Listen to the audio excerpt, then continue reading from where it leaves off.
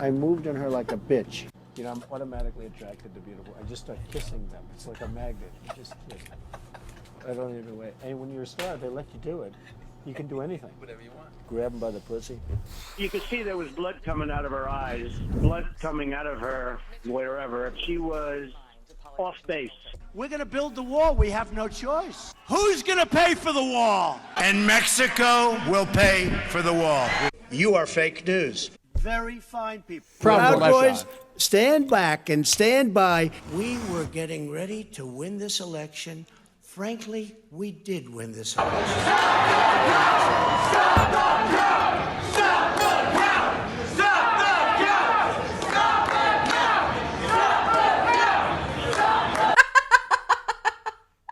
It's over. It's finally fucking over.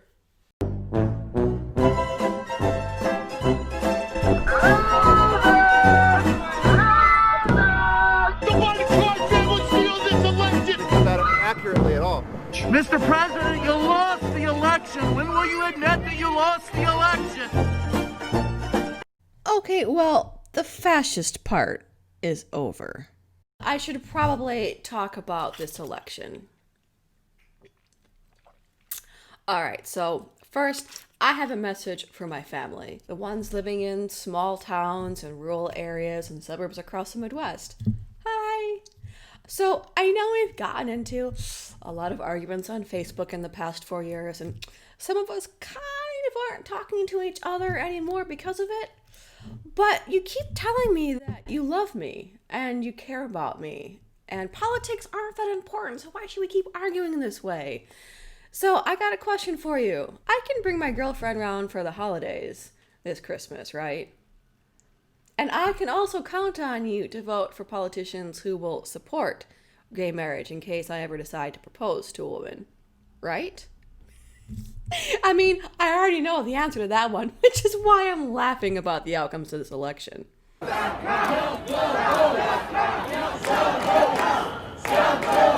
Okay, look, I don't really want to spend the next 4 years laughing at Trump supporters. Just a couple of days laughing at Trump supporters. I want Trump supporters to have access to universal health care, access to high quality education, and a really clean environment to live in, like this very positive meme says. But in order to get there, we have got to deal with the disaster of the past 4 years. So, Republicans, Democrats, centrists, moderates, fellow leftists like me, listen up. We have a lot of talking to do. And yes, I'm happy that Joe Biden was elected, but I also know that Joe Biden is not some magic fix. In this video, I'm going to talk about how far right U.S. policies have moved under Trump, the Get Out the Vote efforts by Stacey Abrahams and different Native American tribes, why Joe Biden's policies are lame, how to deal with Democrats, and some ideas for what we can do now, like volunteering to help with Georgia's runoff elections in 2021. I'm also going to talk about white feelings, not because I think they're the most important, but because I'm hoping I can change some people's minds about this. Who knows, maybe some of my conservative family is watching this. First, there is one thing that liberals and leftists have made a mistake on, and that's making fun of white people. And yes, I'm saying this as a white middle-class woman, so take whatever I'm about to say with a giant heaping grain of salt. But I think that making fun of angry white men hasn't really helped anything. I'll explain why. I may be white, but I'm also queer. And so I've gotten used to occasionally being asked to explain or justify that label. In other words, to justify my existence. Like questions like, am I sure I'm bisexual? Am I sure it's not just a phase? There's a lot of straight white people out there who have never had to deal with being the other. We've been handing them labels like cis and het, and then just expecting them to immediately understand what it has taken us years to adapt to. And for someone who's never been asked to justify their experience, or been questioned about the validity of their opinions, I get it. I've developed a thick skin, as I assume many other queers have as well. When it comes to race, I think a lot of white people still need to unlearn the warped version of history they've been taught. I'm not excusing any white person's racism, but I do think social media is not the best place for discussions about internalized racism to take place. I'm not asking anyone to do any emotional labor and explain this stuff to clueless white people, but I am asking us to maybe take a break on calling clueless white people garbage people. If you need someone to help explain racism or systemic racism to a clueless white person, tag me in a Twitter thread. I'm on Twitter. And for white people listening, get over this. This is not the first time that being white has been given a label. Remember WASPs? White Anglo-Saxon Protestants? Yeah, that's not exactly new. But especially after the New York Times hired tech writer Sarah Jeong, I think so-called liberal outlets, like the Times and MSNBC, are using edgy rhetoric about race to hide the fact that they prop up and support politicians who help maintain the current status quo of systemic racism.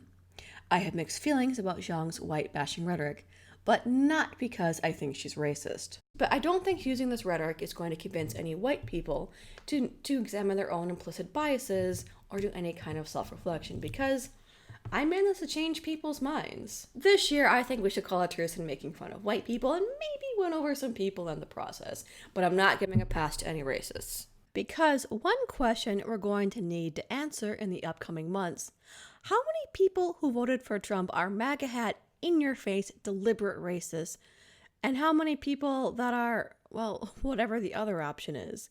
People who always vote Republican? People who are still realizing that they might be racist?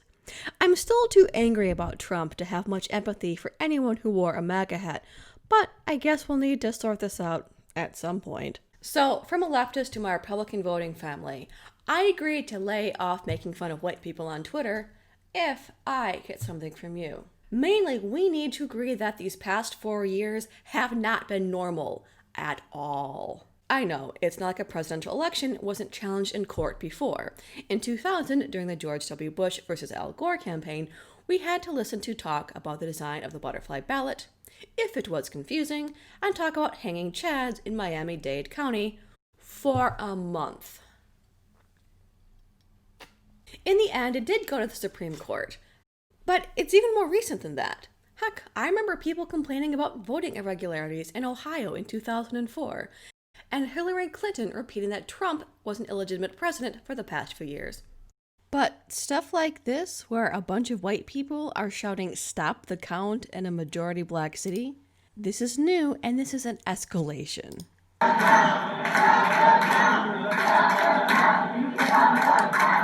Not to mention the current president insisting on Twitter and in news conferences that he actually won this election. Remember, Bush won Florida by 537 votes. Al Gore, John Kerry, and Hillary Clinton all conceded without publicly and repeatedly saying the entire election was a fraud and stolen from them. Maybe we can drown ourselves in nostalgia for the so-called normal times, when outgoing presidents pranked the president-elect by removing the letter W from keyboards in the White House, instead of yelling about wanting to start a coup on Twitter. I'm not going to link to anything about this because I'm assuming that you either A, agree with me that Biden won this election, or B, agree with Trump that Democrats are stealing this election with a fairly narrow margin while losing the Senate. I'm going to get back to that narrow margin in a bit, but it feels so good to say out loud that Trump is a liar and know that 75 million people agree with me. On any voting fraud, prove it. Bring the evidence. Because the lawsuits that Trump keeps filing about any so-called election fraud keep getting thrown out for lack of evidence. So, to my conservative family, can you admit that things have kind of gotten weird? And Trump is behind this weirdness? I mean, politicians have never been great about telling the truth or being straightforward, but Trump has taken this art of subterfuge and lying and twisting facts to a whole new level. Because Trump has moved the Republican Party pretty significantly to the right. To prove this, I'm going to compare Trump with the last Republican president, George W. Bush, and take a look at their policies on immigration. Has anyone else been doing this?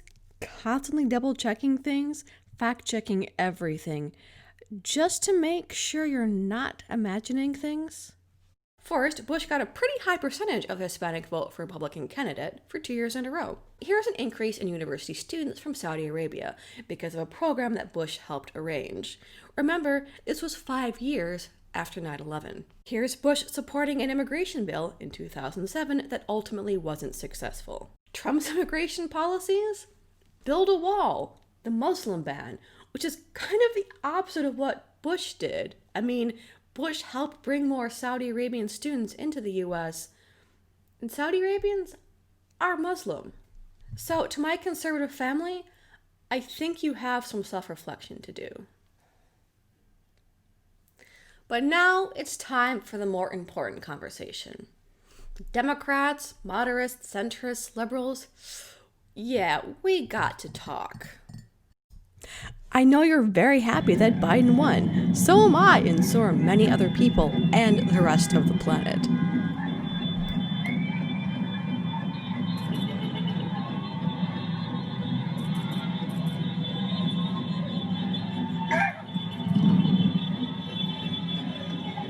This was not the blue wave you were predicting. Even with as undeniably awful a candidate as Trump, this election was uncomfortably close. To me, there's two takeaways from this election. One, all that Trump is leaving in January, his legacy of bluster and lies and racism might not be going with him. Two, Democrats, you're going to have to work on dealing with the after effects of Trump. Sure, I think we all want things to get back to normal, but electing Joe Biden isn't a magic fix for that. It's going to take hard work. We can't just pretend that the past 4 years didn't happen, or that 71 million people are, while they might not think they're racist themselves, they are okay voting for a racist candidate, or using whataboutism logic to justify their voting for a racist candidate. It's like my family when they say to me they're not homophobic. They may think they're not homophobic, but then they vote for politicians and support policies that are homophobic, thereby being complicit in that homophobia. Like those popular memes say, it's not enough to just not be racist. You have to be actively against racism. Democrats, I know I'm just one person, but I think I'm speaking of the sentiment of a lot of queer people, and what I'm thinking is the sentiment of many people of color. We need your help. I can try talking to my family and friends, convince them individually and personally to support LGBT rights and trans rights, convince them about the ideas of systemic racism and about reorganizing, restructuring, and defunding police, about supporting native land rights, and to help take climate change seriously. But I'm just one person with a limited amount of power. So Democrats, it's time to stop performing progressive acts, like an embarrassing kneeling in kente cloth moment, and start being progressive. I mean, you spent the last 4 years on MSNBC yelling about how awful Trump is, how the entire Russia scandal was worse than Watergate. So if Trump is this bad, then act like it. Do something. Work to change not only his policies, but the direction he has taken America and the American people. I still have trust issues with Democrats taking action because after voting for John Kerry in 2004, despite his constant semantic games about gay marriage versus civil unions, Kerry still lost, and then I woke up to this map the day after the election. Democrats playing to the middle get you middling, lame prizes, like losing elections. And since we know that Trump has shifted U.S. policy to the right, if we want to get back on track, we must shift the U.S. policy to the left. We can't just stay this course. We have COVID-19 and climate change to deal with. And we can't deal with those things if we are rage tweeting and all caps at each other on Twitter. Trump himself may be going away, but his supporters, and unfortunately a lot of his ideas, are not going to go away as easily. Now is not the time for waffling, for playing to the middle. You need to lead. You need to govern. I've been let down by Democrats so often in the past. Please don't let me down now. So, Democrats, whatever you do, do not bend over backwards to please a political party that has spent the last 4 years running roughshod all over common sense, common decency, and facts. So, no more negotiating or waffling on issues like native land rights, on abortion or birth control, on restructuring the police department. If we don't deal with this rot of racism running through this country, we are doomed to repeat it. We have a lot of messy, difficult work ahead, but it is necessary work. We cannot just go back to the way things were in 2016. The way things were allowed racism and inequality to flourish and spread. Democrats, remember that people like Stacey Abrahams organized a massive get-out-the-vote effort in Georgia. Remember that different Native groups organized voter registration efforts. The biggest was likely the Navajo Nation organizing, which helped flip Arizona to blue, but there were other campaigns across the country, including New Mexico and Wisconsin. Because Democrats, this is who Americans are. Black and Native people have been voting for you, and they delivered this election to you. It is vital to remember them when you are making and passing laws. Hey, Biden, maybe you should tear down the wall that was built on Native land. Also, liberals, can you remember the leftists and progressives in your party? Because I am getting real tired of hearing that it's leftist problem for not voting for some uninspiring middle-of-the-road candidate. The DNC screwed Bernie Sanders over royally in 2016. The election was rigged. So, Democrats, you want us leftists, us progressives, to turn out to the polls? Then embrace us. Stop complaining about AOC and the squad. They helped flip the House in 2018, and they all won re-election this year. Instead of blaming AOC, maybe Democrats should really think about why this presidential election was so close, and why the Democrats lost seats in the House. It's fun to blame socialism for this, except that the only people using the word socialism are, well, Fox News, Trump, and whiny moderate Democrats. Too afraid to be too radical and possibly lose the election? Why are you so afraid? Can you consider that maybe it's the middling, unable to commit thing that people dislike about Democrats? Trump may be terrible, but we knew exactly what we were getting. With Democrats, we get a nice progressive package, but it's usually empty inside. And I know it's hard to be progressive when you have corporate donors to answer to. But if we don't change, what happens?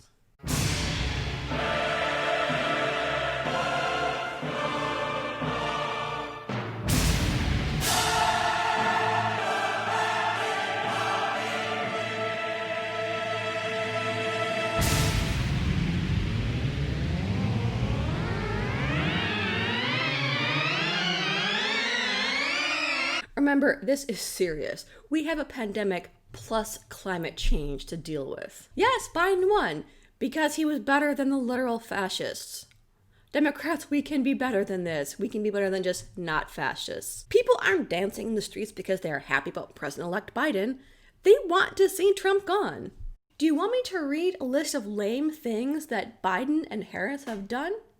Okay. I've been saving up my criticism of Biden for months. First, Biden led the fight against desegregating schools in 1977, fighting for the cause of segregationists. He helped write a racist crime bill and work with the same segregationist senators in 1994. His treatment of Anita Hill during the Clarence Thomas hearings, for example, allowing her accuser to testify first and not letting women testify about their experiences with Thomas in 1991. He voted for the Defense of Marriage Act in 1996, which defined marriage as between a man and a woman.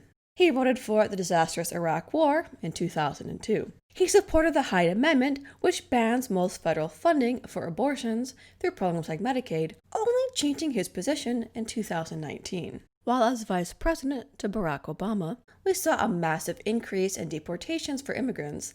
And let's not forget who actually built those cages that went viral during Trump's presidency. He still doesn't support Medicare for all, offering us his Medicare-like plan, even during a global pandemic. Let's not forget his long history of women accusing him of behaving inappropriately. I'm not even going to get into Kamala Harris's record or her work as a prosecutor in California. You can accuse me of creating purity tests, and I am aware that for someone who has worked in the Senate as long as Biden has, he's likely to have some votes and positions that he's not proud of. But I think that's a lame way of explaining away a man who does not have a great record on immigration, policing, race issues, women's health, or the environment. So Biden hasn't talked on camera about grabbing women by the pussy. That's a low fucking bar. I think a lot of Democrats are just so happy that Trump is almost out of office that they're forgetting how uninspiring Biden's record is. I mean, I hope Biden has changed on these issues. Two things. One, I'm tired of liberals and Democrats accusing leftists of helping people like Trump get into office. You know, it's possible to criticize Democratic policies without being a Republican. This just plays into the issue of the U.S. only having two political parties. Further, maybe more leftists would happily support Democrats consistently if Democrats actually embrace their lefty and progressive voters. I'm with AOC on this one. The future is to the left. Two, I'm also not thrilled with how much some leftists can attack liberals. Yeah, I get it. A lot of liberal stuff can come across as really pandering. But if we're trying to advance lefty ideas, maybe just focus our energy on going after liberal ideology and democratic policies and not attack the people who believe those things? Okay, last note for leftists. If we've learned anything from this past summer, from the Black Lives Matter protests in 2020, it's that protest and organizing are the best way forward, that direct action are the best way forward. Yes, I encourage you to tweet and write and harangue your elected officials to do the right thing. But I also know that Democrats are often disappointing, so it's good to have some backup and contingency plans. And I also know that local organizing can have a big impact. And also, when we come together, when we organize, whether it's online or in person, it gives us that sense of solidarity, the energy to keep going forward, fighting for what is right, instead of laying on the floor and doom scrolling. Speaking of laying on the floor, I'm gonna go back to laying on the floor. Get off of Twitter and stop doom scrolling for November. Maybe read a history book. Get high. Do some self-care. Think about organizing. But in the meantime, I'm going to put this eye mask on. Oh, it's cool and relaxing. And I'm gonna lay on the floor. Bye. There's links in the description about how to volunteer in the Georgia Runoff Elections, both in person and remote, if you don't live in Georgia. I also encourage you to find a local group to support. My current favorite is Detroit Will Breathe, which is working to restructure and defund the Detroit Police Department. Thanks for watching. Leave me a comment if you liked the vid, or share some of the resources to volunteer in Georgia.